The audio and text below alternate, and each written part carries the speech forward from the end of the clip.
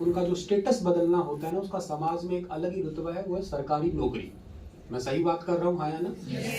सपना तो देखो हर किसी का ही होता है, लेकिन उस सपने के लिए थोड़ा सा चलना पड़ता है। और चलना खाली नहीं होता है, थोड़ी सी सलाह के साथ चलना पड़ता है। एक तो होता है वर्क, एक हार्ड वर्क, और एक होता है स्मार्ट वर्क। काम करना उसका कोई मतलब ही नहीं है, हार्ड वर्क करना उसका भी आज के टाइम में ज्यादा मतलब नहीं रहा है। आजकल मतलब रहा है स्मार्ट वर्क का। अब आप मुझे कह दो कि सर कैलकुलेशन करनी है, एक तो आप मुझसे सीधे पहाड़े सुनने लग जाओ, कैलकुलेशन करने लग जाओ, ठीक है वो आईक्यू लेवल अच्छा हो सकता है, लेकिन अगर मैं उसी काम को कैलकुलेटर से कर दूं, मैंने तो स्मार्ट वर्क किया ना, एक्यूरेसी दिखाई ना। जब वो काम कैलकुलेटर कर रहा है तो मैं क्यों उसमें टाइम खपाऊं उसके लिए? उसको स्मार्ट वर्क बोलते हो आप लोग। स्मार्ट वर्क में होता क्या है, थोड़ा सा ना एफिशिएंसी निकल के आती है कामों की। तो पहले मैं बताता हूँ कि इस कोचिंग वाले मंजर को, ये सरकारी नौकरी के परम धाम को पाने के लिए ना सफर क्या करना पड़ता है। सबसे पहली बात तो बेटा ये है कि तुम लोग जो पढ़ रहे हो ना, वही चीज सेम कॉम्पिटिटिव एग्जाम में आती है एज इट इज। और वो तुम ज्यादा पढ़ रहे हो बल्कि अब तो। एक्चुअली 6वीं 7वीं 8वीं 9वीं 10वीं 11वीं और 12वीं, ये 6वीं से 12वीं की एनसीईआरटी की किताबें जिसने पढ़ दी है ना, वो बच्चा यूपीएससी क्रैक किए हुए है। और ये बात ऐसा नहीं है कि कोई सिर्फ कहने की है। जो जिन्होंने क्रैक किया हुआ है ना, उनसे इंटरव्यू ले सकते हो आप लोग, उनसे पूछ सकते हो खुद से ही आप लोग, उनकी कई हुई बातें भी होती है खुद ही। 6वीं से 12वीं की एनसीईआरटी किताबें। अरे एक लूसेंट किताब तुमने सुनी है? yes, मेरे हिसाब से तो होगी वो तुम्हारे पास में, और या तुमने उसको सुना भी होगा। इस सदी की सबसे अच्छी किताब है वो, ये बात मैं कह सकता हूँ। सबसे सस्ती है, कंफर्म है वो तो, देखो हर किसी के पास मिल जाएगी। और इस सदी की सबसे अच्छी किताब है, उससे अच्छी किताब नहीं है, उससे अच्छी किताब है ही नहीं। और फर्क ये है कि वो बोरिंग बहुत है, खुद से नहीं पढ़ी जाती। इस लॉकडाउन में मैंने उसको 14 बार पढ़ा गिन के। कोई काम तो था नहीं, यही काम बचा था, आराम से पढ़ते गए। अब पढ़ते, पर इसका मतलब ये मेरे को महसूस हुआ उसके बाद में, मैंने सुना था ऐसे टीचरों से कि बहुत अच्छी है, उससे बड़ी बड़ी सारी किताबें पढ़ रखी थी, वो एक वही बाकी थी सारी बातें उसमें वही, लेकिन सबसे बेस्ट किताब है वो। अब फर्क बताते हैं आपको कि इसका शुरुआत का पहला कदम कैसे रखें सर। देखो सबसे पहले ना कोचिंग के लिए मन में आता है कि यार कोचिंग करें, सरकारी नौकरी पानी है तो कोचिंग ही करते हैं। कोचिंग मतलब प्रशिक्षण करते हैं। आपको मैं सीधी सी बात बताता हूँ कि कोचिंग करने क्यों जाते हैं। कोचिंग का मतलब होता है सब्जेक्ट में इंटरेस्ट पैदा करवाना। क्या बोला सर ने? सब्जेक्ट में इंटरेस्ट, रुचि पैदा कराना। सर हम पढ़ ही रहे हैं, पढ़ाई करनी है, रुचि का बताओ यहाँ पे क्या है? इंटरेस्ट कोई मूवी थोड़ी ना है वो। जरूरी नहीं है कि मूवी ही हो, बिना इंटरेस्ट के आप पढ़ नहीं सकते।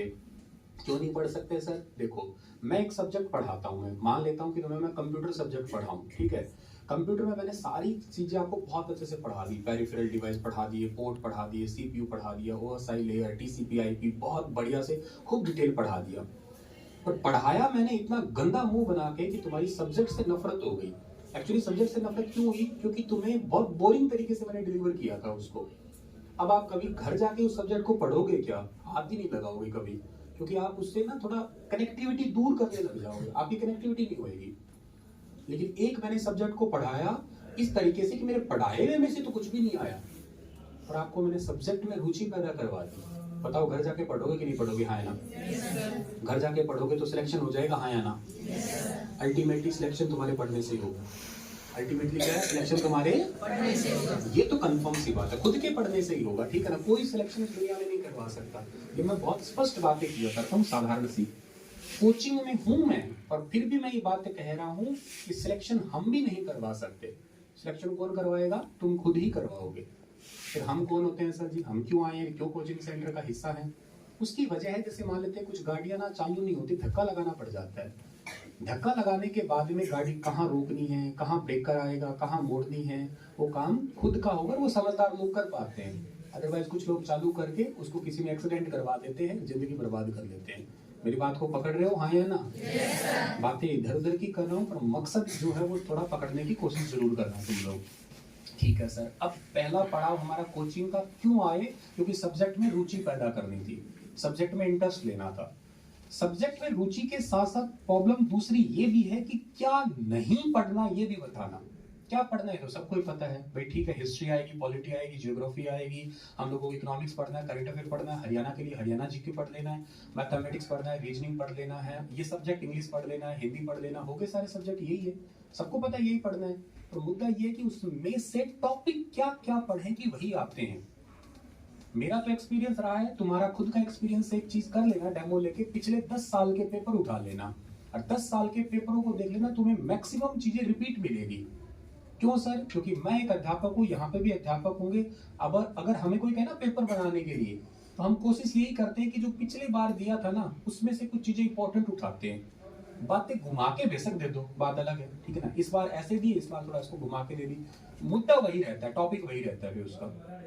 तो फिर दूसरा काम तो यही आता है कि भाई हम PYQ आधार पे, टीचर का काम यही ना कोचिंग में बताने का हमारा, पिछले पेपरों में ये टॉपिक्स थे, इस टॉपिक को बहुत डिटेल से पढ़ लिया, उसको समझ भी लिया। रट्टा मारने से कुछ होगा नहीं, समझने से कुछ होगा, और उसको अगर सिस्टमेटिक ढंग से समझा दिया जाए तो वही कोचिंग का काम है। अब प्रॉब्लम ये आती है सर, कोचिंग की ना फीस बहुत ज्यादा होती है। एक अपने आप में बहुत बड़ा इशू है, इस बात को मैं मानता हूँ, और एक मिडिल क्लास फैमिली के लिए भी अपने आप में बहुत बड़ा इशू है ये। अब देखो फीस का कहीं बात रही, बात इसके लिए कतराने की बात आती है, तो ये इन्वेस्टमेंट है एक्चुअली, देखा जाए तो जिंदगी का इन्वेस्टमेंट है ये। पर प्रॉब्लम ये कि आप पैसे भर के पढ़ते नहीं हो तो फिर आपकी गड़बड़ है ये वाली बात। बहुत लोगों को मैंने देखा है, क्योंकि मैं दिल्ली, राजेंद्र नगर, ओल्ड राजेंद्र नगर, नेहरू विहार, इनमें हर दिन आए दिन बच्चों को देखता हूँ। पढ़ने वाले भी वहां पे बहुत हैं, अफरा तफरी मचाने वाले भी वहां पे बहुत है। घर पे कह के तो यही आते कि हम यूपीएससी की प्रिपरेशन करने जा रहे हैं, पर यूपीएससी के कहने से यूपीएससी नहीं होता है, एसएससी भी नहीं होता, ग्रुप डी भी नहीं होता एक्चुअली। करने के लिए थोड़ा क्या करता है, जदोहद करनी पड़ती है। पहला पड़ाव कोचिंग का ही हो गया। अब कोचिंग के बाद दूसरा पड़ाव आता है बच्चा आपके नोट्स का। अगर आप जिंदगी में कामयाब वाकई होना चाहते हैं ना, तो आप लिखाई सुधारनी पड़ेगी आपको। नहीं सुधारोगे ना तो आप किसी जगह चले जाओ यार, आप किसी जगह, आपका लिखने का मेथड वाकई अच्छा होना चाहिए। लिखना कहाँ से सीखे सर? देखो कुछ लोग तो ऐसे करते हैं जो खुद डायरी लिखा करते हैं, ठीक है ना, अपने बारे में लिखा करते हैं, और वो लोग जल्दी कामयाब भी होते हैं, क्योंकि उनको पता होता है कि मैंने आज के दिन में कितना किया और कितना रह गया। ये बहुत करते हैं लोग, और जो लोग करते हैं उनको पता होता है, उनकी लाइफ होती है सिस्टमेटिक। वरना लोगों की लाइफ होती है बिखरी हुई, पता ही नहीं है, सुबह उठे हैं, शाम सो गए हैं, पता ही नहीं है दिन में क्या किया था, आज गेन किया था, लूज किया था, कुछ पता ही नहीं रहता। लेकिन जो लिखते हैं उनको पता लग जाता है। ये बताऊं, लगभग ऐसा हिसाब है, जो लोग हिसाब बनाते हैं, थोड़ा इकोनॉमी से अगर बिलोंग करो ना तो थोड़ा ध्यान से देखना आप लोग। कुछ लोग क्या करते हैं, हिसाब, पैसों का हिसाब बनाते हैं। जैसे एक महीने में मैंने कहाँ खर्चा किया वो लिख लेते हैं, और कहाँ मैंने कमाया वो लिख लेते हैं। लास्ट में वो निचोड़ निकालते हैं। सालाना एक इकोनॉमिक सर्वे आता है, पता है ना आप लोगों को, भारत में हर साल 31 जनवरी को आता है। कब आता है बोलना? और 1 फरवरी को बजट आता है। आज अभी 31 जनवरी आने वाला है ना, 31 जनवरी को इकोनॉमिक सर्वे आएगा। इस इकोनॉमिक सर्वे का क्या मतलब होता है? पिछले पूरे साल हम लोगों ने क्या किया, कहाँ पैसा लगाया, कहाँ कमाया, वो चेक करते हैं हम लोग। और बजट क्या होता है? Upcoming plan. आप मुझे कहो सर मुझे लैपटॉप लेने जाना है, मैं पूछूंगा बेटा बजट कितना तेरा बता, आपको वैसे मेरा 50,000 का बजट है, मतलब आप लेके चले हो बजट उतना, वो तो अगले साल का होगा। तो जिसको सिस्टमेटिक जीना होता है ना वो लिख लेता है। वही काम है लिखना। अब तुम चलो इतना तो ना लिखो, पर इतना तो कर सकते हो कि जो पढ़ो वो तो लिखो, नोट्स बनाओ खुद के। अब नोट्स मांगते हुए बहुत फिरते हैं, और ये अक्सर, चलो इस एरिया में मुझे पता नहीं, पर दिल्ली में, हिसार में, या किसी बड़े बड़े शहर में, पटना में, जयपुर में, लोगों की यही आदत है, भाई तेरे नोट्स दियो, तेरी प्रैक्टिकल फाइल दियो, तेरे नोट्स दियो। क्यों, तेरे हाथ टूट गए? तेरे से लिखा नहीं जाता? खुद लिख भाई, खुद तैयार करे तेरे नोट्स। और तान्या जी मूवी का डायलॉग है ना, वही तलवार अच्छी है जिसने खुद ने बनाई है। तलवार वही अच्छी जो खुद ने बनाई है। वही बात है, नोट्स भी वही अच्छे जो तुमने खुद ने लिखे हैं। अब मेरी भाषा में लिख दूंगा H2O, मतलब पानी हो गया, तो तुम हो सकता है वाटर लिखते हो सकता है कोई जल लिखता हो, कुछ भी लिख सकता है ना कोई। खुद के समझने लायक खुद ही चीज लिखोगे तुम लोग। तो पहला काम तुम्हारा है कोचिंग। अब देखो कोचिंग क्यों लेनी चाहिए सर? कोचिंग लेने का मतलब है सही दिशा देना, और कोई मतलब नहीं है। अगर तुम्हारे अंदर इतनी पावर है, तुम्हारी इंद्रियां अपने आप में इतनी काबू है, तुम्हारे अंदर खुद के अंदर इतना सब्र है कि मैं ये कर सकता हूँ, या मुझसे ये बहुत अच्छे से हो जाएगा, तो तुम बिना कोचिंग कर सकते हो। ऐसा कोई है ही नहीं, कहीं लिखा होगा कि बिना कोचिंग को जॉब नहीं लगा। भाई मैं बिना कोचिंग, छोड़ो आप लोग, बिना टाइम भी जॉब लगते देखा लोगों को मैंने, काम धंधा करते हुए, कुली का काम करते हुए। भास्कर अखबार में कई बार आर्टिकल आए, पढ़ा करो अखबार, लोग ईयरफोन लगा के साफ सफाई पे जॉब लगे, ईयरफोन लगा के उसी ट्रेन के अंदर टीटी बन गए। तो जॉब तो लगवाती है एक्चुअली वजह, ये तो सब है सहारे, ठीक है ना। जो कारण होता है ना वो लगवाती है जो, तो काम कोई भी हो, चाहे सरकारी हो चाहे प्राइवेट हो, ये मैटर नहीं करता कि कौन से डिपार्टमेंट में हो, मैटर करता है कि आप कामयाब हो कि नहीं हो अपने आप से।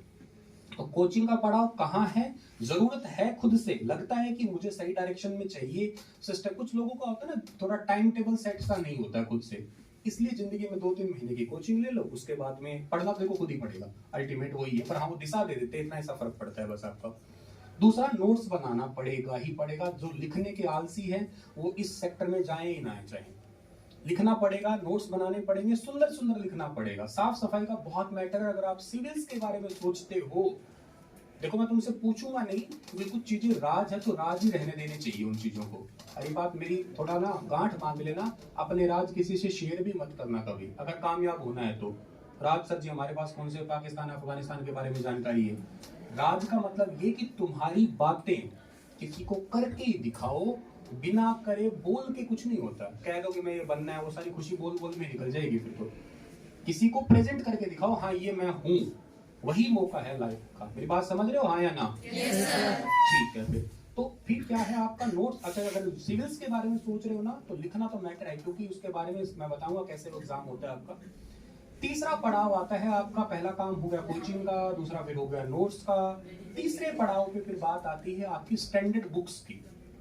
स्टैंडर्ड बुक्स कहाँ? स्टैंडर्ड बुक्स को जिस दिन पढ़ने लग गए ना, वो बहुत बहुत टफ टाइम होता है एक्चुअली, उस तक पहुंचना बहुत मुश्किल होता है। मैं भी अपने इस कोचिंग करियर के लगभग 5-6 साल के बाद में किसी स्टैंडर्ड बुक पे आया था। उससे पहले मैं भी किसी नोट्स के सहारे था, किसी का टीचर के नोट्स लिख लिए, किसी मेरे से बड़े किसी अध्यापक सर ने पढ़ाया उनका मैंने पढ़ लिया, उन्हीं का पढ़ाया हुआ पढ़ लिया, ये काम मैं भी करता था। क्योंकि इस जर्नी तक पहुंचा जाता है एक्सपीरियंस के साथ में। स्टैंडर्ड बुक्स जैसे सर जी कोई मान लेते हैं कि मैंने कहा हिस्ट्री की बात करता हूँ, हिस्ट्री में स्पेक्ट्रम करके एक बुक आती है, ज्योग्राफी में डीआर खुल्लर सर की बुक आती है, जीसी लियोंग सर की बुक आती है। तो बड़ी बड़ी किताबें हैं, वो स्टैंडर्ड किताब है एक्चुअली। उन किताबों को पढ़ना बहुत टफ है, उस तक जल्दी जाना आसान नहीं होता है, लेकिन जिस दिन चले गए वहां तक पहुंच गए, समझ लो अगला अटेम्प्ट तुम्हारा क्लियर हो जाएगा। तुम्हारा अगला अटेम्प्ट जो भी दोगे ना तुम पेपर का, वो तुम्हारा अटेम्प्ट पास है उसके बाद में। और जब ये 3 पड़ाव जिसने सही ढंग से नियत से किए हैं, बेईमानी नहीं दिखाई है, तो चौथा पड़ाव है परम धाम का, जिसको बोलते हैं सरकारी नौकरी। क्या बोलते हैं उसको? सरकारी नौकरी। और इससे सुंदर दुनिया में कुछ भी नहीं है। सुंदर ही रही होगी तभी तो हर कोई आ रहा है इसके लिए, सुंदर ही रही होगी ना सरकारी नौकरी हर कोई, तभी तो तुम लोग यहाँ आ रहे हो, हर कोई उसके लिए भाग रहा है। और मैं तो हमेशा एक बात कहता हूँ अपने लेक्चर्स में, ना लड़का सुंदर है ना लड़की, सुंदर कौन है? सरकारी नौकरी। ये रियलिटी है। तुम सुंदर नहीं हो, तुम कितने को सुंदर हो, अगर हो ना सुंदर, अगर ये फितूर है सुंदर रहने का, तो 10 सालों के बाद में अपने आप को देख लेना एक बार। आज से 10 साल पहले देख लो, 10 साल बाद देख लेना, और उसके 10 साल बाद और देख लेना। महात्मा गौतम बुद्ध जी की कहानी सुनी है ना तुम लोगों ने? यकीनन सुनी होगी। बचपन में उनको सिद्धार्थ कह रहे थे आप लोग। और उनके जब पैदा हुआ तो साक्य मुनि को कहा गया कि ये बच्चा बनेगा सन्यासी। कहते कब बनेगा? कहते जब बनेगा जब ये कभी इसको दुख का महसूस होगा ना, तब जाके ये बनेगा। दुख जब इसको पता लगेगा ना, तब जाके ये जो ना सन्यास ले लेगा। कहते मैं इसको दुख आने नहीं दूंगा। 16 साल की उम्र में उसका ब्याह कर दिया, बच्चा भी हो गया, घर पे सारी सुख सुविधा। 29 साल की उम्र में एक दिन निकले थे बाहर, जंगल में गए थे, और जब देख लिया एक आदमी दिखा उनको, और आदमी दिखा उनको बूढ़ा, शरीर पे झुर्रियां पड़ी हुई। कहते ये कौन है जी? तो कहते ये बूढ़ा आदमी है। कहते बूढ़ा? कहते ये भी महाराज एक जीवन की अवस्था है। चन्ना आनंद करके उनके एक सारथी का नाम था, कंतक घोड़े का नाम था, तो यात्रा पे निकले। तो बुढ़ापा जीवन की एक अवस्था है। कहते मेरे में भी आएगी। कहते तुम कौन से चांद हो, तुम में भी आएगी? ऐसी क्या बात है? थोड़े आगे निकले तो मिल गया उनको रोगी। कहते ये क्या है? चरम रोगी मिला था। कहते ये रोग है, मेरे में भी होएगा। कहता हाँ होएगा, क्यों नहीं। तीसरी उनको मिल गई एक अर्थी। कहते ये तो मरना निश्चित है, पहले बुढ़ापा है, फिर रोग है, फिर मौत निश्चित है। डर गए, बिल्कुल परेशान हो गए। चौथे उनको मिले थे फिर कौन? एक सन्यासी मिले थे। कहते ये राजी तो बहुत हैप्पी दिख रहा, बूढ़ा है पर ये बड़ा राजी दिख रहा है। कहते इसने सन्यास ले लिया। इसी करके उन्होंने अपना गृह त्याग कर दिया था। तो भाई जीवन की तो अवस्था ही है, बुढ़ापा आना है, जवानी भी है तो बुढ़ापा है, रोग भी है, मृत्यु भी है। मैं ये नहीं कह रहा कि तुम सन्यास ले लो, ठीक है ना। इसका मतलब ये नहीं कि तुम बस आज जाके कहते सारा कुछ सब कुछ छोड़ छाड़ के संन्यास ले नहीं। संन्यास देखो, संन्यास मतलब होता है भगवान की तरफ जाना। तो भगवान को श्वास श्वास अभी भी जपे ही जा सकते हैं, वो भी जप सकते हैं। और मैं तो कहता हूँ हर 10 मिनट के लिए आप जिस भी इष्ट देव को मानो वो मानो, हर 5 से 10 मिनट, 10 मिनट ही, ज्यादा नहीं सही, 10 मिनट एक नाम भगवान का जरूर जपा करो। कलयुग केवल नाम आधारा। तो कलयुग में तो भगवान का नाम लेना भी बहुत जरूरी है। स्पिरिचुअलिटी से जुड़े रहोगे तो भी अच्छी बात ही है, साथ के साथ ईमानदारी से पढ़ाई। तो सरकारी नौकरी क्या है जी? सबसे सुंदर है ना। लड़का सुंदर है ना लड़की सुंदर कौन है? उससे सुंदर कुछ नहीं है। नहीं विश्वास होता तुम्हारे लिए आईएएस का रिश्ता ले आऊं मैं, किसी लड़के के लिए ले आता हूँ मैं आईएएस का रिश्ता। मैं कहता हूँ लड़की कहानी है, बस कर दो जी ब्याह, अमावस्या को कर दो, चाहे ब्याह अंधेरी रात को कर दो, कोई मुहूर्त बिना देखे कर दो, चाहे लड़की है। ये सच्चाई है, रियलिटी है ये। सुंदर तो सरकारी नौकरी है बेटा, पहली बात।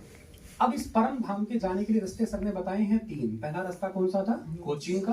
दूसरा नोट्स का। तीसरा स्टैंडर्ड किताब का। फिर इस परम धाम पे पहुंचोगे आप लोग।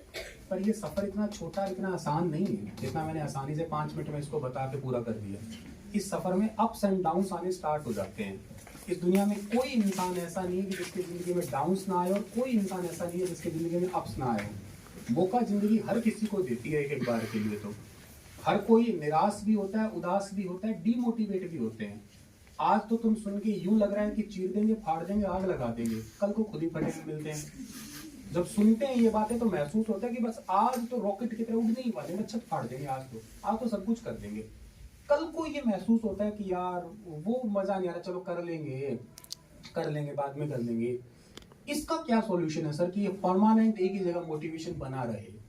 देखो इसका एक छोटा सा ही सॉल्यूशन है। इसका छोटा सा सॉल्यूशन तुम्हारे पास ही है, और वो सॉल्यूशन है वजह ढूंढना। एक बार कारण ढूंढना कि तुम लोग नौकरी क्यों लगना चाहते हो। मेरे पास एक बच्चा आया था दिल्ली में, मुझसे पूछ रहा था कि सुनील सर मुझे ना यूपीएससी क्रैक करना है। मगर ठीक है बेटा, कोई इशू नहीं है सर, मुझे पढ़ना है। मेरे पास बहुत सारे ऐसे बच्चे हैं जो बिल्कुल फ्री ऑफ कॉस्ट पढ़ाता हूँ मैं। कोई उनसे कुछ होते हैं बेचारे जिनकी फाइनेंशियल हालत खराब होती है, तो आपका खर्चा कैसे चलता है सर जी? कई ऐसे भी होते हैं, शहजादे होते हैं, तो उधर प्लस माइनस पूरा कर लेते हैं हम लोग। मैं डायरेक्ट बात करता हूँ, सीधी स्पष्ट बात कर रहा हूँ। तो कह रहा सर मुझे यूपीएससी पार करना है। बेटा क्यों करना है? कह सर मुझे यूपीएससी पार इसलिए करना है कि बहुत गरीब लोग हैं, गरीब लोगों की मदद करनी है। मैं कहा अच्छा मदद ही करनी है तेरे को गरीब लोगों की? तो मदद करनी, तेरे को मैं पैसे देता हूँ, जितनी तू मेरे से पैसे ले, मदद कर गरीबों की। तो सर नहीं, कोचिंग छोड़नी पड़ेगी। मैंने कहा नहीं सर, कोचिंग नहीं छोड़ सकता। मैंने कहा सच्ची बात बता, किस लिए मदद करना चाहता है? तो सच्ची बात है सर, मैं पावर लेना चाहता हूँ आपसे। तो मेरी बात तुम समझे, इस बात को झूठ मत बोलना कि मेरे को मदद करनी है, ये फर्जीवाड़ा कुछ नहीं चलेगा। वजह, पहली तो बात खुद से झूठ बोलना बंद कर दो। हम लोग हर दिन ही खुद से झूठ बोलते रहते हैं। जिसने खुद से बेईमानी की है ना, वो कभी शांत नहीं रहेगा, चाहे वो कितनी बड़ी नौकरी ले लो यार। नौकरी कोई बड़ी चीज थोड़ी ना यार, बड़ी चीज है खुद से शांति लेना, अपने आप में शांति, खुद के अंदर एक तसल्ली, सब्र जिसको बोलते हैं, वो तो खुद से ईमानदारी से आएगा। ईमानदारी कहां से आएगी? पहले पता लगाओ कि मुझे जॉब क्यों लगना है, वजह क्या है उसकी। और वही वजह सच्ची बताओ भाई, मुझे मेरे ताऊ को बन के दिखाना है, मेरे समाज में मुझे इज्जत करनी है, सीधी सी बात यही है। तो सच बोलो ना। ये झूठी बात क्या? भलाई कब किसकी करोगे आप? भलाई तो तब करोगे जब तुम्हारे हाथ में फिर पावर आ जाएगी तो भलाई कर दोगे। और फिर कोई करता भी नहीं है। जो ये बात पहले बोलते हैं ना, वो ये नहीं करते होते। जो नहीं बोलते हो क्या पता भला करते भी रहते हैं लोगों का। तो क्या वो करे, गरजने बरसने वाली तुमने कहावत सुनी है ना, बस वही वाली बात है ये। तो पहले तो सच्ची वजह ढूंढो। वजह तुम्हारे पास ही है कि क्या वजह है वो। फिर इस एग्जाम की जर्नी में कूदो। अब ये एग्जाम की प्रिपरेशन कैसे करें सर, और इसमें क्या है हिस्सा? देखो, एक तो होता है भारत में सबसे बड़ी जॉब जिसका नाम है UPSC, union public service commission, जिसके थ्रू बनते हैं आईएएस, जिसके थ्रू बनते हैं आईपीएस, जिसके थ्रू बनते हैं आईएफएस। इंडियन फॉरेस्ट सर्विस में जाते हैं, इंडियन पुलिस सर्विस में जाते हैं, इंडियन एडमिनिस्ट्रेटिव सर्विस में जाते हैं। जो सबसे बड़ी पोस्ट है वो आईएएस की है भारत की तरफ से। अगर आप 23-24 साल 25 साल के अंदर आईएएस लग जाते हैं तो मान के चलिएगा कि आप रिटायरमेंट तक आते आते किसी कैबिनेट में सेक्रेटरी होंगे। मोटे तौर पे इतना ही काम है। और प्रधानमंत्री कैबिनेट की सेक्रेटरी बन जाएंगे आप, तो बहुत बड़ी बात हो जाती है अपने आप में वो। अगर 23-24-25 साल 30 साल के अंदर बन जाते हैं तो। और मैं कहता हूँ 30 से पहले जॉब पा लेना, क्योंकि साइंस भी ये कहती है 25 के बाद हर साल आपके दिमाग के जो सेल्स है, न्यूरॉन सेल है ना, 2.5 ग्राम डाउन होने लग जाते हैं। तो आपकी जो याद करने की क्षमता है ना, जितनी आपकी 6वीं 7वीं क्लास में थी ना, उतनी अब नहीं है। तुमने महसूस भी किया होगा अपने आप से कि स्कूल में तुम लाइन टू लाइन याद कर देते थे, उतना अब नहीं हो पाता। और आज से 10 साल बाद देखना, 40 साल 50 साल की आदमी को कहते तुम ड्राइविंग सीखो, पहली बार तुम गाड़ी कभी नहीं चलाई, तो ड्राइविंग सीख नहीं पाएगा जल्दी से, बहुत टाइम लग जाता है उसको।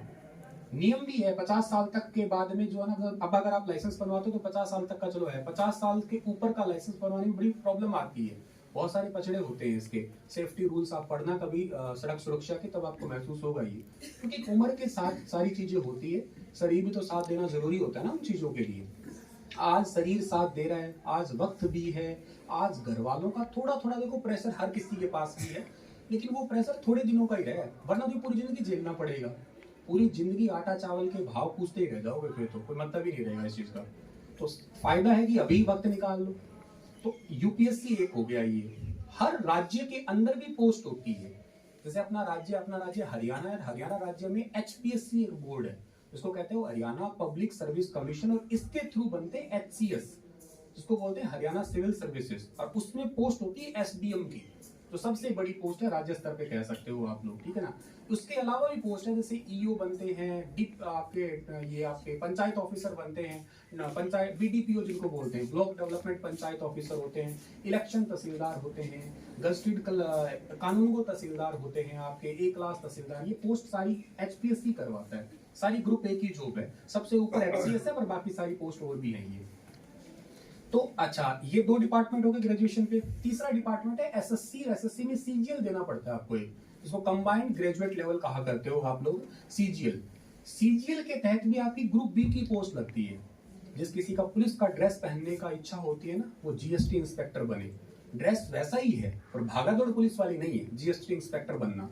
जिस किसी का विदेश में जाके जॉब करने का उद्देश्य होता है ना, कि यार मुझे ना भारत में नहीं रहना, जाना विदेश में है, पर भारत सरकार ही भेजे मेरे को, और विद व्हाइट पासपोर्ट भेजे। व्हाइट पासपोर्ट, ब्लू पासपोर्ट है आपके पास होता है, ब्लू पासपोर्ट होता है, एक व्हाइट पासपोर्ट होता है, एक ऑरेंज पासपोर्ट होता है, अलग अलग पासपोर्ट होते हैं। तो आपको मिनिस्ट्री ऑफ एक्सटर्नल अफेयर की पोस्ट, एमईओ की पोस्ट होती है, और वो तो बिलीव मी इतने गजब की उसकी जगह, लोकेशन बताता हूँ आपको मैं, दिल्ली में चाणक्यपुर नाम की जगह है, वहां एक साइड आईएएस ऑफिसर के घर है, उसके दूसरे रोड पे ही इनके मिनिस्ट्री ऑफ एक्सटर्नल अफेयर के घर है। इतनी गजब की तो लोकेशन है, रह के आनंद आ जाए, देख के आनंद आ जाए। और आपको सरकार खुद के खर्चे के ऊपर विदेश और अमेरिका है या कोई और देश की एम्बेसी के अंदर जो ना अपॉइंट करती है, वो सीजीएल के थ्रू जाया जाता है। एएसओ की पोस्ट लगती है, डायरेक्ट होम मिनिस्ट्री के अंदर जाके आपकी पोस्ट मिल जाती है, गजेटेड ऑफिसर बन जाते हो। मतलब ग्रुप बी की बहुत अच्छी पोस्ट है, रुतबे वाली पोस्ट है, नॉर्मल पोस्ट नहीं है, जिसके अंदर आपकी पावर होती है, पावर वाली पोस्ट है। ऐसा नहीं कि यूपीएससी का पावर, इनमें भी बहुत ज्यादा पावर है, बहुत ही अच्छी पावर वाली पोस्ट है। +2 बेस पे अभी देखो आपके पास ग्रेजुएशन नहीं है, अब आप बोलो सर मेरे पास ग्रेजुएशन नहीं है, ग्रेजुएशन तो हो जाएगी, पर होने के बाद क्या होगा ये देखो भाई, होते ही अगले दिन बताओ कि आपके पास क्या है। समझदारी सूझबूझ तो ये कि अभी से लेके चलो, अपना प्लान बी तो लेके चलो। +2 बेस पे सीएचएसएल होता है आपका, combined higher secondary education exam होता है, +2 बेस पे होता है, जस्ट लाइक क्लरिकल टाइप की पोस्ट होती है ये। +2 या 10th बेस पे एमटीएस की पोस्ट भी होती है। हरियाणा में भी अपने ग्रुप सी डी है, तो मैं हरियाणा का नाम ज्यादा ले नहीं रहा हूँ, क्योंकि थोड़ा राजनीतिक विषय है ये अपने आप में, इलेक्शन आते हैं तब जाके पोस्टें आती हैं, तो थोड़ी एक इशू है अपने आप में ये, ठीक है। लेकिन जब एक मैं ऐसी पोस्ट का ही नाम ले रहा हूँ जिस पोस्ट के ऊपर निरंतरता है, फिक्स है, एग्जाम होंगे ही होंगे। और एक बैंक सेक्टर और रह गया, जिस किसी का बैंकर बनने का सपना है, वो तो भाई यूं समझ लो तारीख उस दिन तारीख को लग जाएगा, अगले को चाहे कह दो, चैलेंज दे दो, इस तारीख को मेरी ज्वाइनिंग है, क्योंकि उनका सब कुछ फिक्स होता है। आज रिक्रूटमेंट निकली, इतने दिनों बाद प्री होगा, इतने दिनों बाद मेन होगा, इस तारीख को इंटरव्यू, इस तारीख को ज्वाइनिंग। 1 इंच इधर उधर नहीं होते।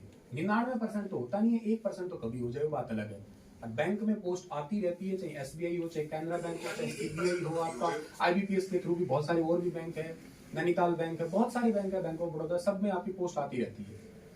तो पहले तो आपको डिसाइड करना, अभी ऐसा नहीं कि कहने से मेरे को आईएएस बनना है, लोग देख देख के ना, देखा देखी में बहुत फंस जाते हैं, किसी का फोटो देखा, किसी का वीडियो देखा आईएएस का, आईएएस बनने के चले हुए। नहीं, ऐसा नहीं हो सकता। अंदर से आवाज आनी बहुत जरूरी है भाई, जो बनना चाहते हो खुद ही बनो। मेरा बनना था टीचर, सॉफ्टवेयर इंजीनियर, तो मैं बना।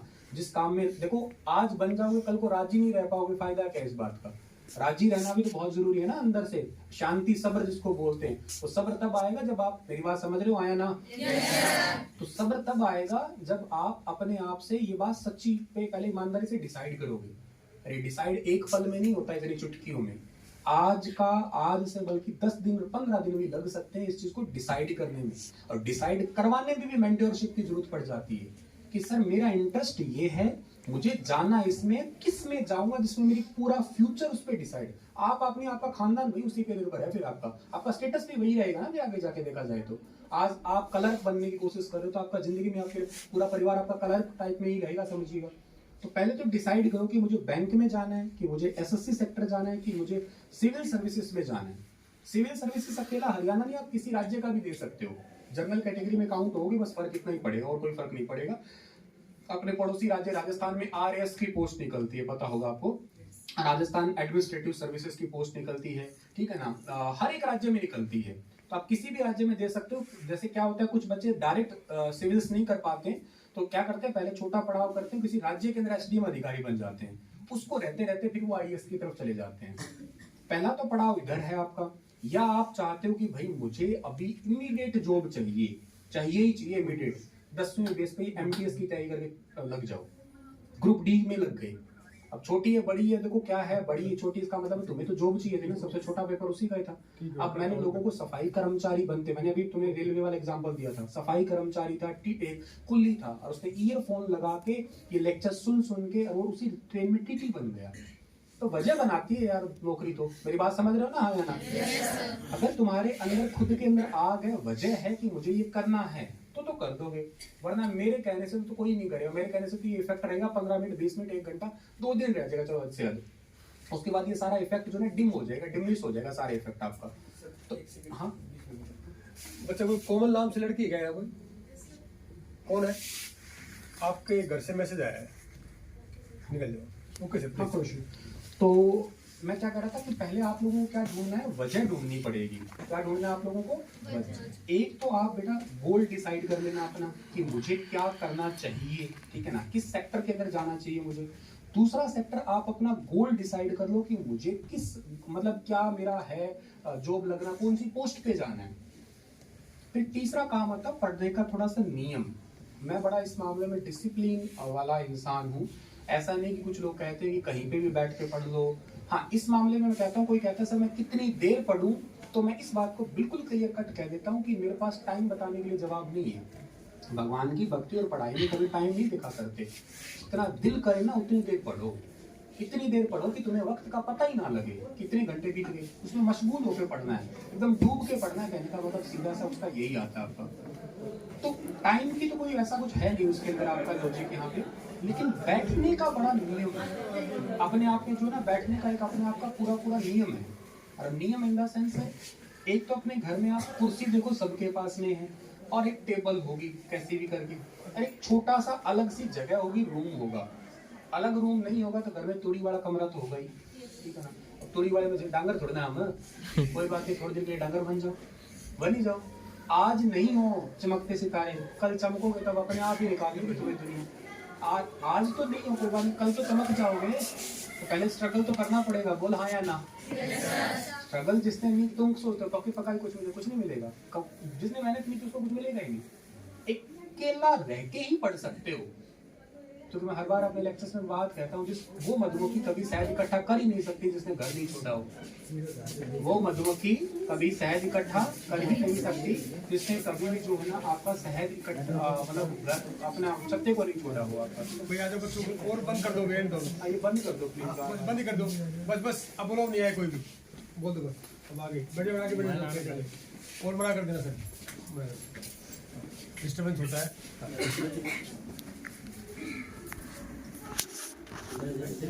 भाई बुद्धि में बैठेगा क्या? बैठ ले, शर्मा रहा है तेरे, जेठ लग रहे हैं तेरे इधर। तो शर्मा रहा है तेरा, जेठ थोड़ा लगते हैं हम तुम्हारे। तो हाँ, मैं क्या कह रहा था आप लोगों को, मैं कह रहा था आप लोगों को कि आपको गृह त्याग का मतलब ये नहीं घर जाके बगावत कर दो कि मैं आज घर छोड़ना चाहता हूँ। घर वाले ना मतलब मार के बहुत ज्यादा परेशान कर देंगे आप लोगों को, देख लेना। तो चोट ना खाओ घर वालों से। इससे अच्छा एकांतवास का मतलब तुम समझ रहे हो ना क्या होता है? एकांतवास का मतलब होता है कि कुछ लोग गृहस्थ आश्रम में भी रहकर भगवान की भक्ति करते हैं, श्वास श्वास राम का नाम जपते हैं। वही बात है कि उसी घर में थोड़ा एक गैप बना के पढ़ना है। सो के पढ़ लो, सो के बावड़े सोया जाता है, पढ़ा थोड़ा ना जाता है। बैठ के ही पढ़ने का नियम होता है, एक कुर्सी, एक टेबल और एक आपके पास में किताब। ये फोन नाम की बीमारी है फिर आपके पास में। अब मैं थोड़ा करंट अफेयर का टीचर हूँ, थोड़ा फैक्ट बताता हूँ इसके लिए क्या है। फैक्ट इसमें क्या है, फैक्ट इसमें ये है कि अभी हाल ही में IQ लेवल चेक किया गया। वैसे मेरा खुद का एक यूट्यूब चैनल है स्टार IQ एजुकेशन, आप यूट्यूब पे सर्च कर देना, मिल जाऊंगा, लाख से ऊपर सब्सक्राइबर वाला मिलेगा। ऐसे कई चैनल हैं मेरे, तो टोटल 1 मिलियन सब्सक्राइबर हैं। टेक्स्ट बुक के भी कुछ चैनल्स हैं, मैं हैंडल करता हूँ। टेक्स्ट बुक सुपर कोचिंग सुना होगा आप लोगों ने कभी, अनअकैडमी भी सुना होगा, तो मैं वहीं पे भी टीच करता हूँ, तो वो भी एक प्लेटफॉर्म्स है। खुद का जो पढ़ाता हूँ वो स्टार IQ करके है, तो जो बिल्कुल ही ऑनरशिप मेरी है। पर IQ बताता हूँ, इंटेलिजेंस क्यूसेंट होता है एक्चुअली आपका। इंटेलिजेंस क्यूसेंट चेक किया गया अभी हाल ही में 14 से 18 साल के बीच की उम्र के बच्चों का। पता लगाया गया कि 25% बच्चे बेसिक कैलकुलेशन में जूझ रहे हैं। वजह निकली स्मार्टफोन की। बेसिक कैलकुलेशन मतलब बहुत छोटी सी बात अगर कहा जाए 3 में 2 जोड़ दो तो भी अटक रहे हैं वो 14 से 18 साल के उम्र के बच्चे। प्रॉब्लम है सोशल मीडिया के एडिक्ट होना। सोशल मीडिया प्लेटफॉर्म है, अच्छा है, स्मार्टफोन है, बहुत अच्छी बात है। एडिक्शन जो है ना आपका, वो बहुत बुरा है। और इसी उम्र में ना एक ये प्यार वाला लफड़ा भी हो ही जाता है। गुरुजी ये बात थोड़ी सी ना, मतलब इतनी देर वाली बात तो चलो सब बढ़िया बोल रहे थे आप, अब थोड़ा सा ना ठीक नहीं बोल रहे आप, अब ठीक नहीं। रियलिटी है, प्रत्यक्षम किम प्रमाणितम, संस्कृत की कहावत है, प्रत्यक्ष को प्रमाण की आवश्यकता नहीं होती। गलती तुम्हारी नहीं है, गलती है एक लैक ऑफ एजुकेशन की। बताया नहीं जाता या पता नहीं होता इन चीजों का अंजाम क्या निकलेगा। तो इस बहकावे में होता है कि प्रेम प्यार में हो ही जाते हैं, लेकिन इन चीजों का फाइनल मंजर नहीं आता। बस एक बात ध्यान रखना, इन चीजों का फाइनल रिजल्ट नहीं आ पाता। फाइनल रिजल्ट का मतलब जो एनर्जी तुम्हें लगा देनी चाहिए थी अपने करियर को बनाने में ना, जिस टाइम में करियर को मनाना चाह रहे थे ना तुम लोग, उस टाइम पे किसी बाबू सोना मोना जादू टोना को मना रहे होते। उस टाइम पे बाबू ने खाना खाया, सोना मोना जादू टोना। मैं गलत तो नहीं है ना? ये बाबू मान जाएगी, जिंदगी नहीं मानेगी, बात याद रखना। इस जिंदगी में तुम्हारा तो क्या एक्सपीरियंस है कि नहीं है, मैंने बहुत जगह घाट घाट का पानी पी के एक चीज को समझ लिया, हर चीज नाराज होके और अपने आप मान जाती है।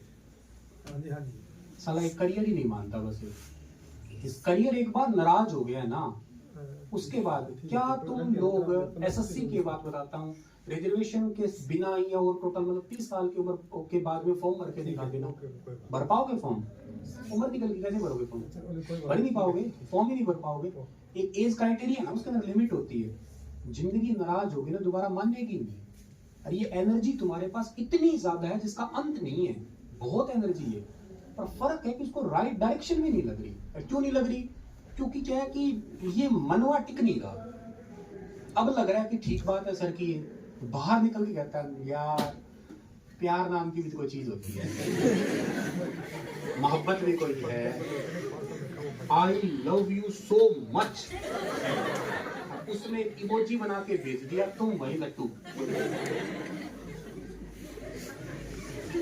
इतने कच्चे थे तुम कि हार गए इतना जल्दी। इतने कच्चे थे कि तुम उतने एक इमोजी आंखों से दिल निकाल के फेंकते, तुम बस अपना निकाल के फेंक दी। निकाल देना, वैसे का कोई दिक्कत नहीं है, मनाही नहीं है, पर एक बार इतिहास देख लो। अब तुमने अगर इतिहास में देखा तो तुम इतिहास बन जाओगे। तुमने इतिहास में देखा, तुम इतिहास बन जाओगे, कोई नहीं पूछेगा। बहुत कीड़े मकोड़े दुनिया में घूम रहे हैं, कोई नहीं पूछेगा। हमारी क्लास में भी हजारों बच्चे पढ़ते हैं, मुझे याद ही नहीं होंगे सारे, मुझे वही याद है जो आज किसी अच्छी पोस्ट पे है। अच्छी पोस्ट पे है ना, वही मेरे को याद है, बाकी कोई याद ही नहीं है। ये बात मैं तब कह रहा हूं जब मैंने इन चीजों को खुद को अपनाया है। इंडियन कोस्ट गार्ड का जब पेपर हुआ था, 80 नंबर का पेपर था, 73 नंबर लिए थे 80 में से। कॉम्पिटिटिव एग्जाम में इतने नंबर देना मेरे को नहीं लगता कोई छोटी बात है। मैंने मेहनत की थी, 2 अटेम्प्ट फेल किए, तीसरे अटेम्प्ट में लगा। मुझे बात समझ में आई, लेट आई तो सही। इसलिए मैं कह रहा हूँ कि ठोकर मैंने जो खा ली हो तुम खाओ, तो मतलब ही क्या इस बात का। ठीक है, प्यार करो, मोहब्बत करो, इस उम्र में दोस्त बनाओ। जिंदगी में दोस्त सबसे बड़ी चीज है।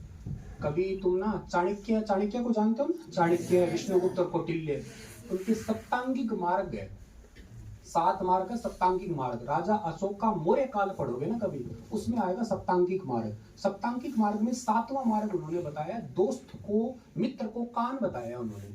शरीर के 7 अंगों से रिपीट किया उन्होंने साम्राज्य को, तो मित्र को कान बताया उन्होंने, और ये कान बहुत बड़ी चीज है। जो तुम्हारा जैसा दोस्त है ना वैसा तुम। एक आरामखोर के पास एक आरामखोर जरूर आएगा, बेवड़े के पास बेवड़ा आएगा। मेरा दोस्त वही है जो मेरे जैसा है। अब ये SK सर मेरे दोस्त हैं, क्योंकि ये पढ़ाते हैं, केमिस्ट्री के प्रोफेसर है ये, मैं भी टीचर हूँ, ठीक है ना। दीपिका मैम पढ़ाते हैं, वो हमारे इस टीम में क्यों पढ़ाते हैं, तो हमारे बस एक फील्ड में है। अब ऐसा तो नहीं कि मेरे साथ कोई बेवड़ा आया हो, क्योंकि मेरा दोस्त है नहीं ना वो। दोस्त क्यों नहीं, क्योंकि मैं वैसा नहीं हूँ। तुम वही बनोगे तो अच्छा। गलती से सर हम तो अच्छे हैं, खुद को हर कोई अच्छा कहता है, दूसरे का प्रभाव तुम पे पड़ेगा ही पड़ेगा, बुरे वाला जल्दी पड़ेगा। क्या यार, फोन यूज कर लेना, फेसबुक यूज कर लेना यार। अगर तुम्हारे साथ दोस्त है सर, भाई लड़की बहुत सुंदर है, तो भाई लड़की बहुत सुंदर, समझ लो तुम्हारे को वो कुएं में सीधा सीधा डाल रहा है, सीधा कुएं में डाल रहा है। आज उसकी बात पता नहीं लग रही, 5 साल बाद सुन लेना, ये बात पक्की गारंटीड है। ये गारंटीड बात है, मान तो रहे हो ना बात को, मान रहे हो ना। तो कुएं में पड़ना है, सिर्फ लड़के ही बोल रही है नहीं। देखो ऐसा है कि मैं मानता हूँ कि लड़का और लड़की बराबर दोनों की इज्जत करनी चाहिए। हर कोई कहता है बेटी बचाओ बेटी पढ़ाओ, लेकिन ना एक समाज का कटु सत्य है, लड़के जितनी मेहनत भी समाज में कोई करता नहीं होगा, कोई बात नहीं करता इनके बारे में, वो बात अलग है। भाई कोविड के दौरान घर पे बैठ गए थे थोड़े दिन, घर वाले आतंकवादी निगाहों से देख रहे थे सीरियसली, मतलब खाने को आ रहे थे जैसे एक कैदी है घर पे, बोल के कुछ कह नहीं रहे थे, पर आंखियों से गोली मारे गाना सुना है हमने तो फील किया था कोविड में। तो लड़कों जितनी स्ट्रगल लाइफ है ना, वो बातें बेचारा ये कहता नहीं है कभी, रो नहीं सकता, रो दे तो कह दे तू लड़की है, तू लुगाई है, तू रो रहा है। मतलब रोने का सारा ठेका लुगाई नहीं ले रखा हमने, तो नहीं, हमारे दर्द नहीं होता, कहता मर्द के दर्द नहीं होता, किसने का नहीं होता, किसने का नहीं होता है भाई, दर्द हमारे भी होता है। तो लड़के जैसी देखो स्ट्रगल लाइफ लड़कियों की भी है, लेकिन ऐसा नहीं है कि तुम लड़कियां लड़कों को अंडर एस्टिमेट करो। बहुत स्ट्रगल लाइफ है उनकी भी, घर से निकलना, कमाना। कोई कहता है माँ ने सब कुछ किया, क्यों? माँ अगर 9 महीने पेट में रखती है तो बाप जिंदगी भर दिमाग में रखता है बच्चे को। मेरी बात को मान रहे हो या ना? तो कदर तुम करोगे तो भी कदर मिलेगी तुम्हें, बारिश होने से कदर नहीं मिलेगी। केवल बेटा भी तो कुछ चीज है, बराबर रखोगे तो अपने आप समाज इक्वल ठीक ठाक हो जाएगा। इसका मतलब ये नहीं कि लड़के लफंगे लथूर फितूर फिर रहे, ऐसा तुम कहोगे तुम इज्जत कहां से पालोगे? बोले पापा होगे हाँ या ना? भाई तुम किसी लड़के को कहोगे फितूर घूम रहा है, तो हम तुम्हें क्या कहेंगे, महारानी कहेंगे? नहीं कहेंगे ना। तो बराबर इज्जत करो, ठीक है ना। लड़के भाई तुम्हारे भी घर में भाई है, पापा है, तो बॉयज में आते ना। लड़कियों लड़कों को भी इज्जत करनी चाहिए उस मामले में। फिर मैं तो कहता हूँ ये इज्जत पर जो दूसरी चीजें ना, इन चीजों थोड़े से उठकर, एक लाइब्रेरी है ना आपके कॉलेज में, मुंह देखा है उसका कभी? चल ठीक है, लोगों ने उसकी शक्ल नहीं देखी होती, ठीक है ना। चलो देखा है तो बहुत अच्छी बात है। तो थोड़ा सा मनवा वहां टिकाना स्टार्ट कर दो, थोड़ा सा मनवा वहां टिकाना स्टार्ट, देख तो लिया चलो उसको अच्छी बात है, पर उसके अंदर मनवा टिकाना स्टार्ट कर दो, मतलब बैठ के पढ़ना स्टार्ट कर दो। आज से मैं अब लास्ट में आप लोगों को छोटी छोटी बातें समअप कर रहा हूँ। पहला काम तो आपको न्यूज़पेपर पढ़ना स्टार्ट करना है। क्या स्टार्ट करना है? न्यूज़पेपर। अगर आप सिविल साइड, देखो आप बाकी चीजें मुझसे बाद में पूछ सकते हो, हमारी पूरी टीम आपके साथ रहेगी। पहली चीज तो आपको डेली न्यूज़पेपर, अगर आप सिविल साइड जाना चाहते हो तो। सेकंड चीज, न्यूज़पेपर के बाद दूसरा जो पड़ाव आता है आपका, वो आता है कि आपको सेट करना है कि मुझे बनना क्या है। उसी दिशा में वैसे ही मित्र बनाना स्टार्ट कर दो, दोस्त बनाओ। लड़का भी दोस्त हो सकता है, लड़की भी हो सकती है, लेकिन हेल्दी रिलेशनशिप के साथ दोस्ती हो सकती है। ऐसा नहीं कि जहां जिस दोस्ती में आपका समय बर्बाद हो रहा है ना, चाहे वो लड़की दोस्त हो चाहे लड़का दोस्त हो, उसको उसी समय छोड़ दो।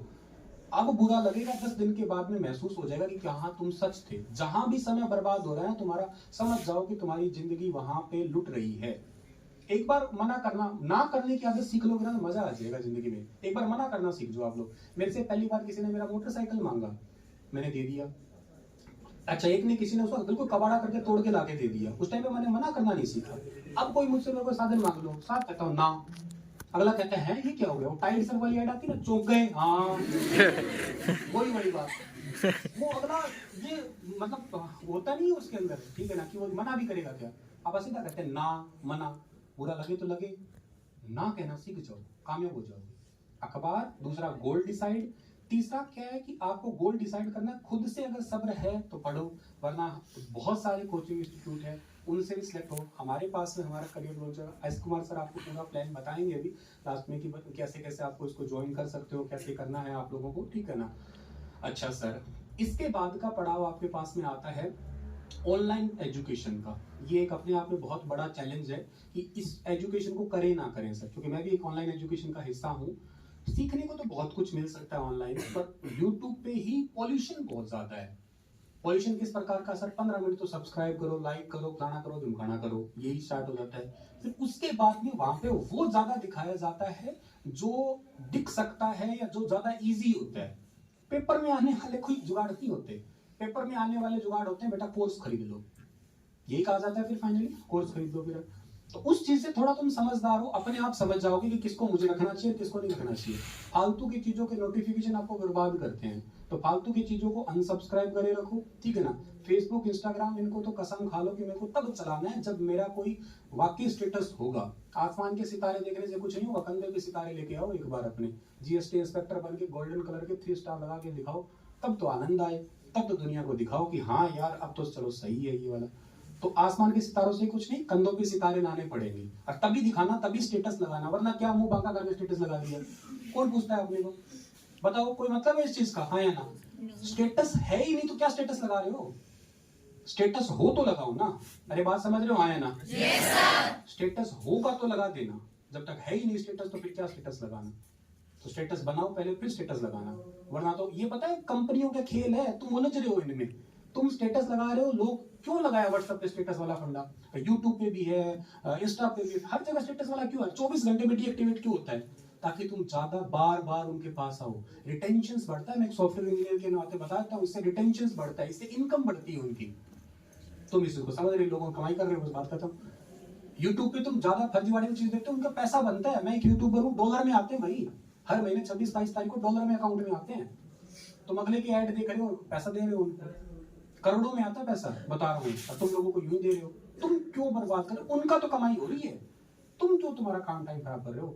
और देखनी है तो ऐसी चीज देखो जो तुम्हारे भले की है, तुम्हारी लाइन की है, तो उसको देखो, वरना मत देखो। आप लोग मेरी बात पल्ले पड़ी? आया ना? Yes sir. चलो ठीक है, बस इतनी सी बात है, ठीक है ना। मैं बहुत ज्यादा बात नहीं कर रहा, मैं काम की बात इतनी की है, ठीक है ना। आगे तुम समझ जाना। एस कुमार सर आपको बता देंगे अब कैसे कैसे ज्वाइन करना है करियर लॉन्चर का, क्या आपका पूरा कंप्लीट प्लान है, ठीक है ना। और आगे की बात है, कोई भी डाउट हो किसी प्रकार का तो आप बेझिझक हमसे पूछ सकते हैं, ठीक है ना। कहीं से भी पूछ सकते हैं। हमारा ये सर आपको पैम्पलेट देंगे, ठीक है ना। इसके थ्रू मुझसे भी कनेक्ट हो सकते हैं, या स्टार IQ एजुकेशन से मैं हर जगह मिल जाऊंगा, तो मुझसे तो कहीं पे भी आप सिलेक्ट हो सकते हो, ठीक है। मेरी बात पल्ले पड़ी ना? yes, sir. आपका खानदान आप ही बदल सकते हो, ये बात ध्यान रखना, ठीक है ना। ऐसा ना हो कि किसी के छोटी सी बात के बहकावे में आके पूरी जिंदगी बर्बाद कर दो। तो बर्गर खिलाने ले चलूंगा, पिज्जा खिलाने ले चलूंगा, मूवी दिखाने ले चलूंगा, या उधर चल पड़ते हैं, इस चक्कर में जिंदगी बर्बाद ना कर देना। तबाह हो जाओगे, तबाह। कुछ वजूद ही नहीं रहेगा तुम्हारा। अगर जिंदगी का वजूद बनाना है ना, थोड़ा तपना तो देखो पड़ेगा। तपस्या के बिना कुछ नहीं मिलता, तो तपस्या करो, उसके बाद सफलता मिल ही जाएगी तुम्हें। समझ में आई बात? yes, sir. चलो ठीक है।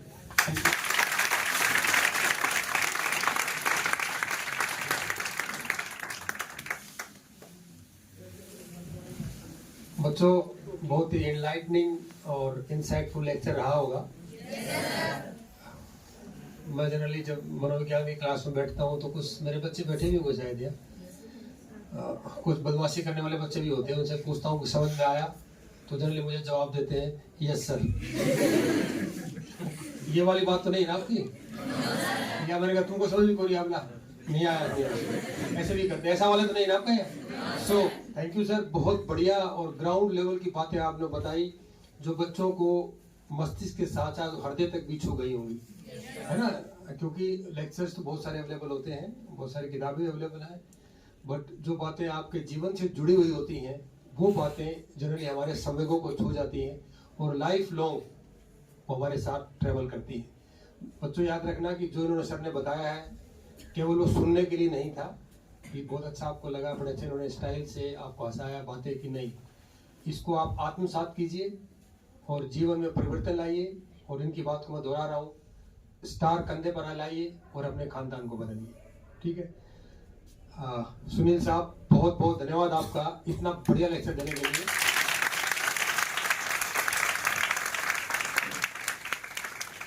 मैंने भी बड़े ध्यान से सुना है, बहुत अच्छा लगा मुझे भी। अब मैं अगले पड़ाव पर, हमारे एस कुमार सर हैं, केमिस्ट्री के हैं, आपने इनके बोर्ड भी देखे होंगे हिसार में, बहुत अच्छे ये टीचर है केमिस्ट्री के। तो अब ये इनसे मैं गुजारिश करूँगा कि वो करियर लॉन्चर के बारे में हमारे बच्चों को थोड़ी इंफॉर्मेशन दें, और थोड़ा सा ये भी बताएं कि जो प्रिपरेशन का जो स्टाइल है वो किस प्रकार का रहे, ताकि हमारे बच्चे भी यहाँ से निकल करके CGL में, IAS में या HCS के बारे में थोड़ा चिंतन शुरू करें। S Kumar sir.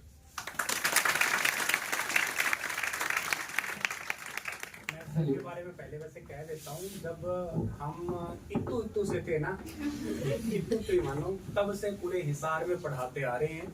जो IIT है, नीट है, JEE है, ऐसे एग्जाम से न जाने हजारों स्टूडेंट को इन्होंने क्वालिफाई करवाया।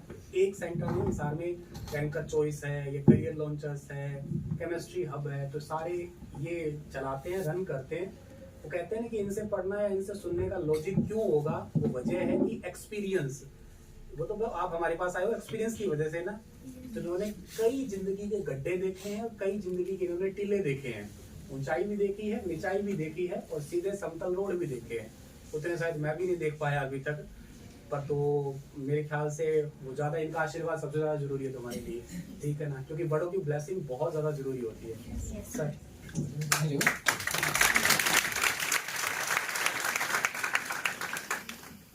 Firstly, myself S Kumar sir from Career Launcher Hisar. Career Launcher जो है वो हमारी हेड ऑफिस ब्रांच दिल्ली में है, और इसकी 250 ब्रांचेस पूरे इंडिया में सेपरेट है। इसमें जब हम हिसार की बात करते हैं तो हिसार में सेक्टर 13 में, सेक्टर 13 नाम सुना होगा आपने, वहाँ एक हब बोलते हैं उसको, एजुकेशन हब बोलते हैं, तो वहाँ पर कैरियर लॉन्चर एग्जिस्ट करता है। तो नो डाउट आपको मोटिवेशनल बातें, एजुकेशनल बातें सारी सर ने बता दी हैं। तो अब मैं आपको कुछ मेन बातें बताऊंगा जो कैरियर लॉन्चर से कनेक्टेड ही हैं।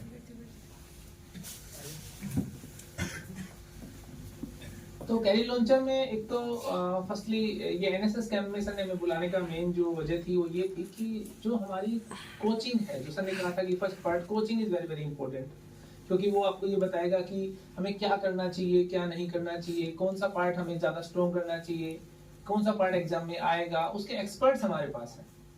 तो वो जो एक्सपर्ट्स हैं सारे के सारे, तो उनसे अगर हमें कोचिंग लेनी है तो एक तो NSS जो स्पेशली बुलाया है NSS के लिए, तो कैरियर लॉन्चर ने NSS के जो स्टूडेंट्स हैं उनके लिए एक तो हमारी जो फीस होती है जो कि बहुत ज़्यादा होती है नो डाउट, उसमें 40% डिस्काउंट है NSS के बच्चों के लिए। तो ये मैं आपको क्लियर कर दूं, फर्स्टली जो भी NSS के स्टूडेंट्स हैं वो 40% उनका फ्लैट डिस्काउंट होता है।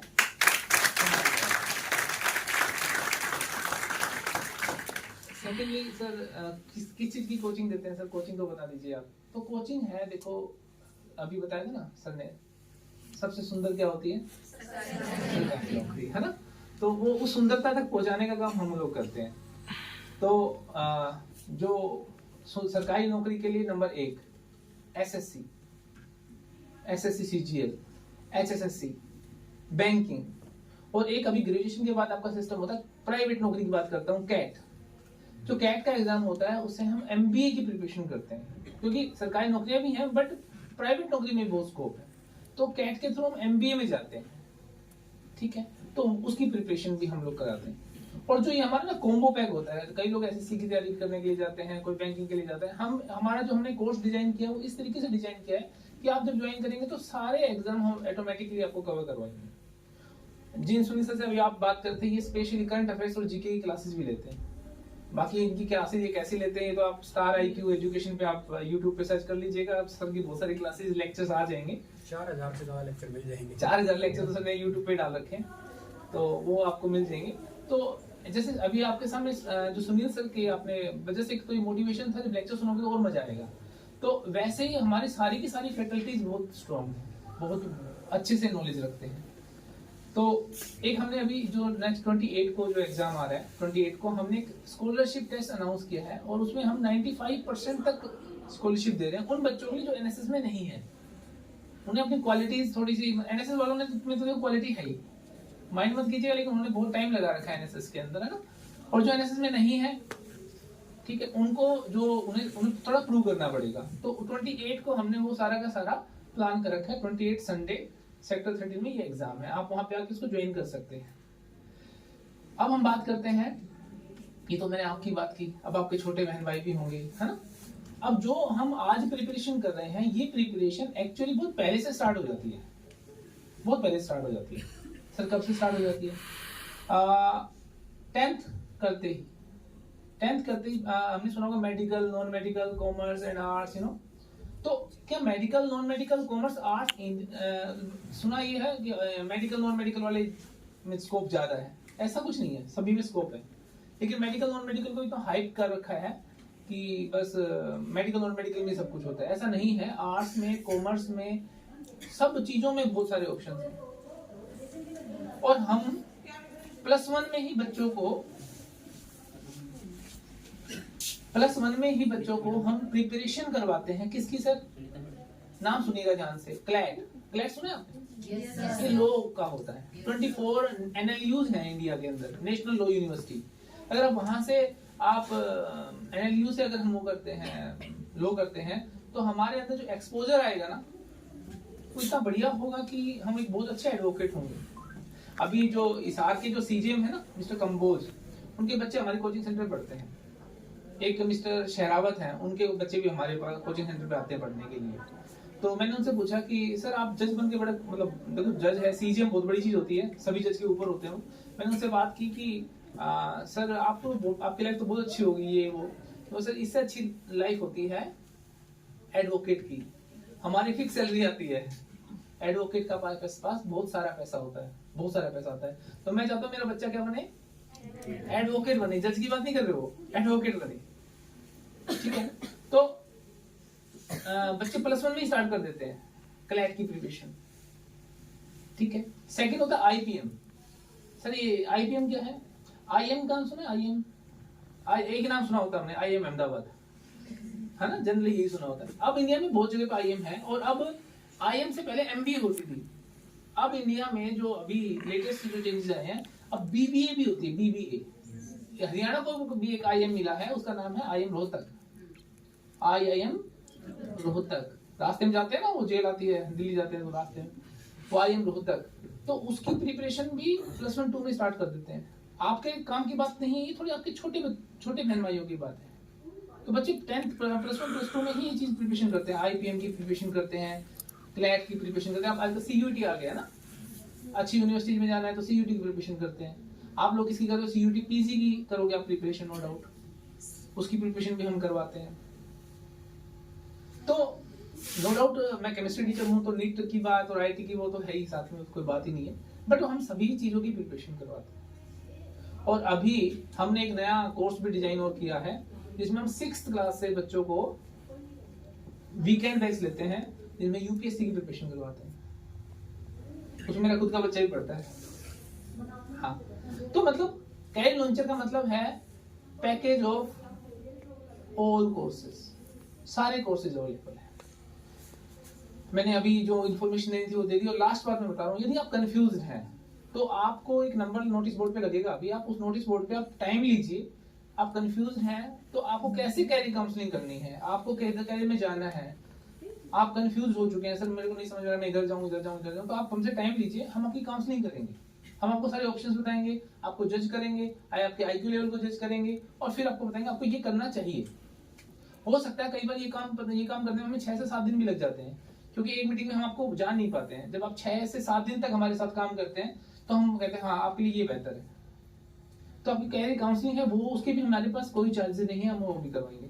और जरूरत पड़ी तो हम सुनील से कोई बुला देंगे आपके लिए स्पेशली, लेकिन इनको स्पेशली बुलाना पड़ेगा, मतलब वैसे नहीं आ पाएंगे, क्योंकि दिल्ली भी है, कभी इनके टूर पे रहते हैं, कभी दिल्ली, कभी पटना, कभी जयपुर, यू नो, ठीक है।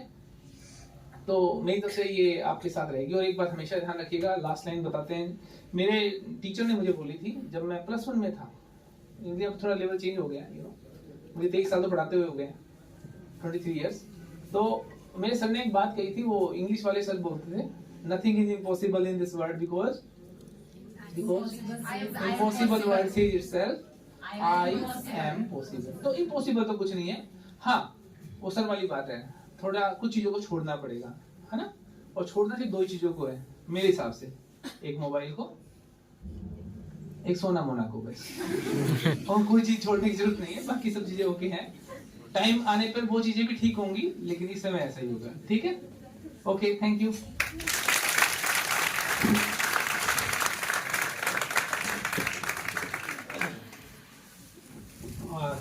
हर्ष कुमार जी, आपका आभार हमारे बच्चों को मोटिवेट करने के लिए और करियर लॉन्चर्स में के बारे में इंफॉर्मेशन देने के लिए। साथ में आपका आभार कि आपने हमारे एनएसएस के बच्चों के लिए 40% कंसेशन के लिए आपने प्रस्तावित किया है। और बच्चों, ये आप लोग सबसे पहले अपना गोल डिसाइड कीजिए, उसके बाद आप अपना रास्ता और जर्नी पर यात्रा शुरू कीजिए। आज के इस कार्यक्रम में हमारे मुख्य अतिथि रहे श्री सुनील बिश्नोई जी, हर्ष कुमार जी, दीपिका मैम। मैं इस कार्यक्रम के सक्सेसफुल होने के लिए एनएसएस की पूरी टीम, बच्चे तो साथ ही हैं, हमारे एनएसएस के तीनों अधिकारी डॉक्टर नरेश, डॉक्टर सतीश और सुनील मैम, उन सब का आभारी हूँ। और हमारे प्राचार्य श्री आत्म प्रकाश जी इन एब्सेंशिया, उन्होंने हमें परमिशन दी इस कार्यक्रम के लिए, मैं उनका भी धन्यवाद देता हूं। और जो जिन्होंने हमारा सारा अरेंजमेंट किया, मैं उन सबको हमारी तरफ से तहे दिल से धन्यवाद देता हूं।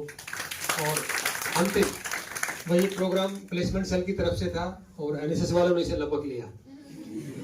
एनएसएस में ऐसा ही जज्बा होना चाहिए।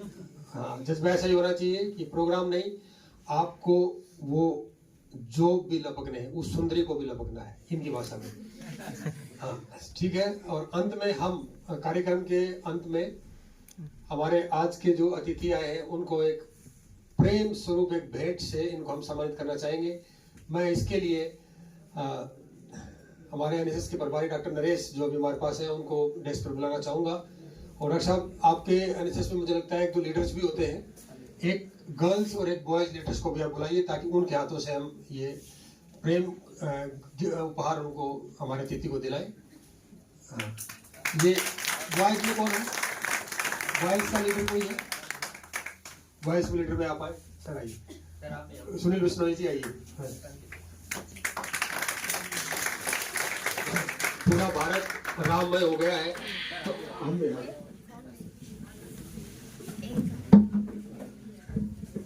साइड में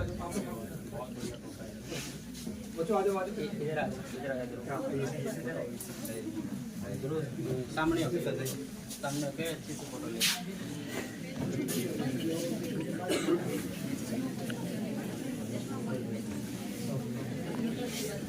हो गया?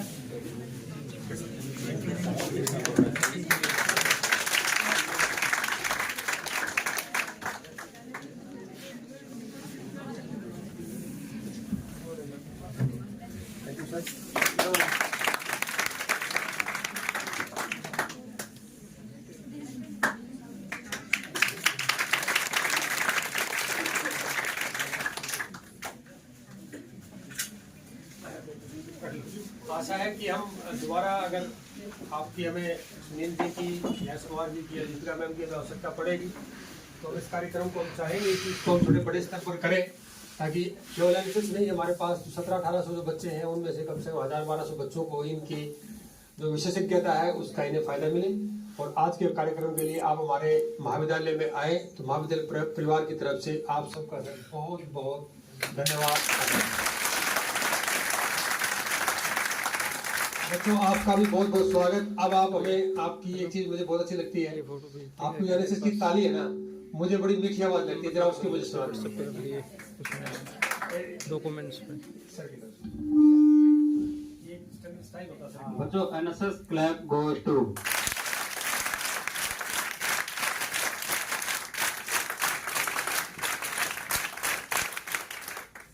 NSS power clap goes to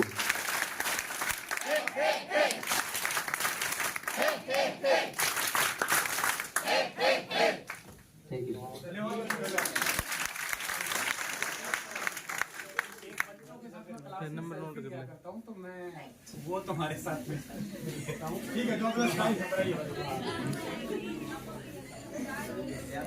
आगे ना सर, ये अच्छा था। 90-344 90-910। चलिए, शुभकामनाएं।